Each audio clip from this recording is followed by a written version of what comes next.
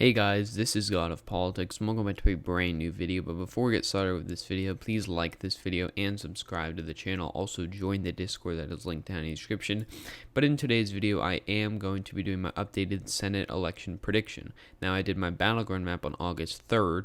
I will be doing another battleground map later in the month, as I'm going to be doing that for the presidential election and the Senate election twice a month now. But this is my prediction, which is the prediction of how this map is going to look come November. Now, at this point now, Democrats are doing quite well in the Senate elections. They're doing quite well in polls and fundraising and trends in some of these states, and that is looking pretty favorable to them. The current Senate map is 53 to 47, but Democrats are looking like they have a very clear shot at taking the Senate majority, which they didn't do, even just 6 months ago. And I'm just going to go through each one of these states, seeing how I am predicting they're going to be by November. So as always, we'll start off with the safe states. First, these safe Republican states: Iowa, Idaho, Wyoming, South Dakota, Nebraska, as well as Oklahoma, Alaska. Actually, I'll leave Alaska at, I'll leave it there for now. Arkansas, Louisiana, Mississippi, Alabama, Tennessee, Kentucky, West Virginia, and that is going to be it. So after these safe states, the Republicans are at 42 safe seats, and then for the Democrats, I do believe they will win Oregon by a safe margin with Jeff Merkley, and New Mexico by a safe margin, Illinois obviously by a safe margin, Virginia by a safe margin. Mark Warner's quite popular here in this state, is trending blue, Delaware by a safe margin, New Jersey, Massachusetts, Rhode Island, and New Hampshire here with Gene Shaheen. So after the safe margin states, Democrats are at 44 seats, Republicans are at 42 seats here. Let's get into these likely margin states. The first likely margin state for Republicans is the state of Alaska. You have Dan Sullivan here going up against Al Gross, who is an independent who would caucus with the Democrats. Every now and then you get a safe or a closer election from this state, and I do believe this will be one of those scenarios. We actually had a poll here showing this state was a little bit closer, but we don't have very many polls. We don't know how accurate they are, so I'm just going to put it at a likely margin for now, but Dan Sullivan's going to be able to win quite easily. As well as the state of Kansas, you had Roger Marshall here, who in a poll was actually only ahead by 1 percentage point. While I do expect the undecided voters to break for him, once people realize he's a normal Republican as opposed to somebody like Chris Kobach, I do believe he'll be able to win quite easily, possibly even by a safe margin, but it'll be by around 9 to 10 percentage points. And then the next likely margin state, I do believe, is the state of South Carolina. In South Carolina, you have Jamie Harrison here, who actually in polls has been within the margin of error in a statistical tie for this seat. And, he is doing very well in fundraising, actually outraising Lindsey Graham. And the state isn't the most red state overall. So I do believe that it will be a little bit closer. He's not going to win, I don't believe. But it will be a little bit closer here. And then the final state for likely margin will be the state of Georgia.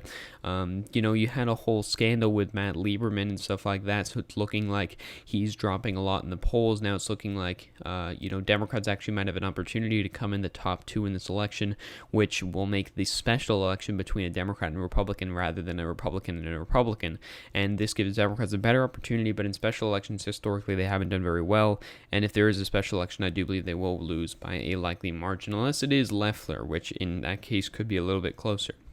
And then for the Democrats, the states I do believe, actually, Republicans will also win Texas by a likely margin. You have John Cornyn here. The polls, the decent polls have showed it by around 7 percentage points. I think he might win by around 8 percentage points here. It is a state that is trending blue, but MJ Hagar isn't the best candidate. John Cornyn is probably a better candidate, being an incumbent here for quite a while now. And so I do believe he'll be able to win quite easily.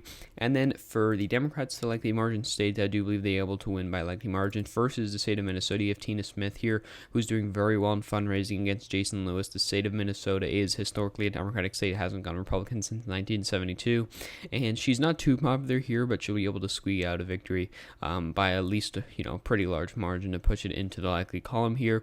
And that's actually all of the likely margin states here. So after the likely margin states, Republicans have shot up to 47 seats, up 5 from their safe seats. Democrats have gone up 1 to 45 seats. Getting into these lean margin states, however, first the lean margin state for the Republicans, I do believe the first one will be the state of Georgia. The first and only one here will be the state of Georgia. Now, Georgia is a state where you have David Perdue as the incumbent here, who actually, all things considered, is not that great of a candidate. He was first elected in 2014, which is a Republican wave year, by less than what Mitt Romney won the state by in 2012.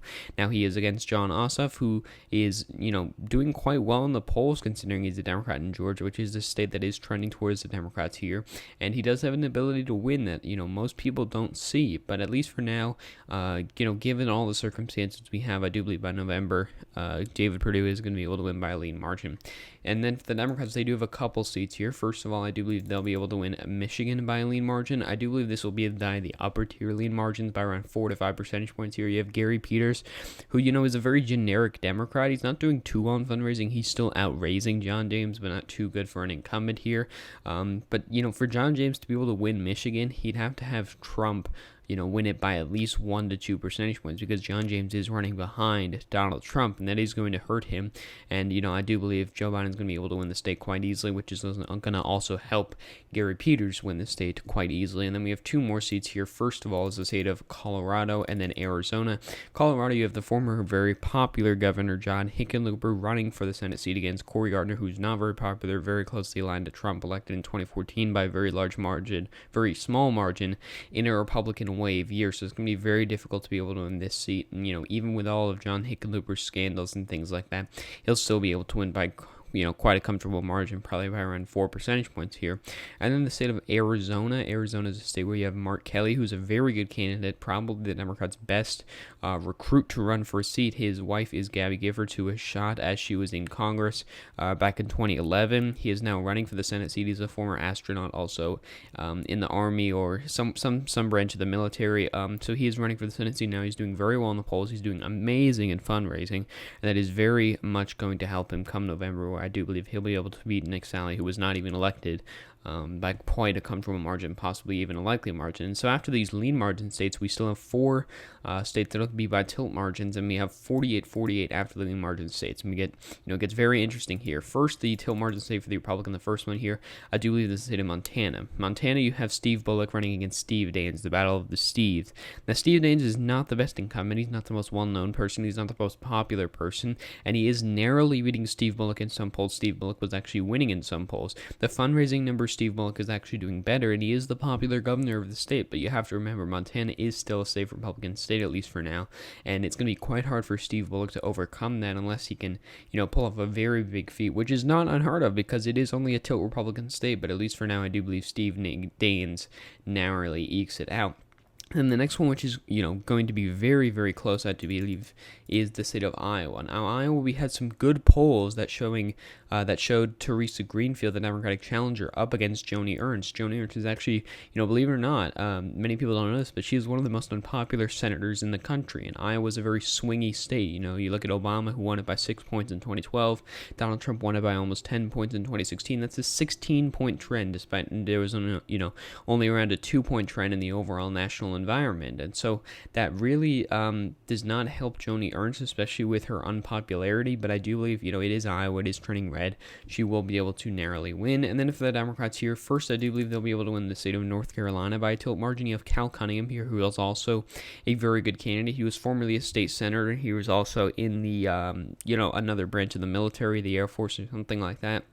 And he's doing amazing in the polls right now. Like, even, some very good pollsters are showing him up by, 4 or 5 percentage points. Some, we had some crazy polls showing him up by 16 percentage points. You don't have to take those at face value.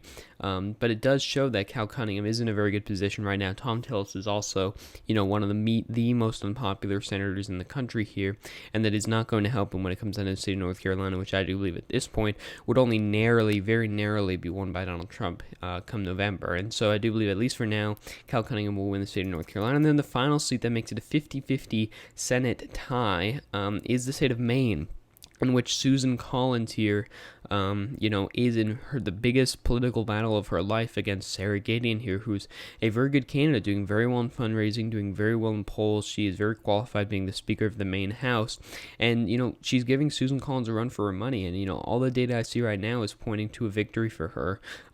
Susan Collins is very unpopular now. She used to be the most popular senator. She's now the most unpopular senator. She isn't doing herself any favors by voting to acquit Donald Trump, and then, voting for Kavanaugh, and then also voting against repealing Obamacare. So she's pissed off the bases of both political parties.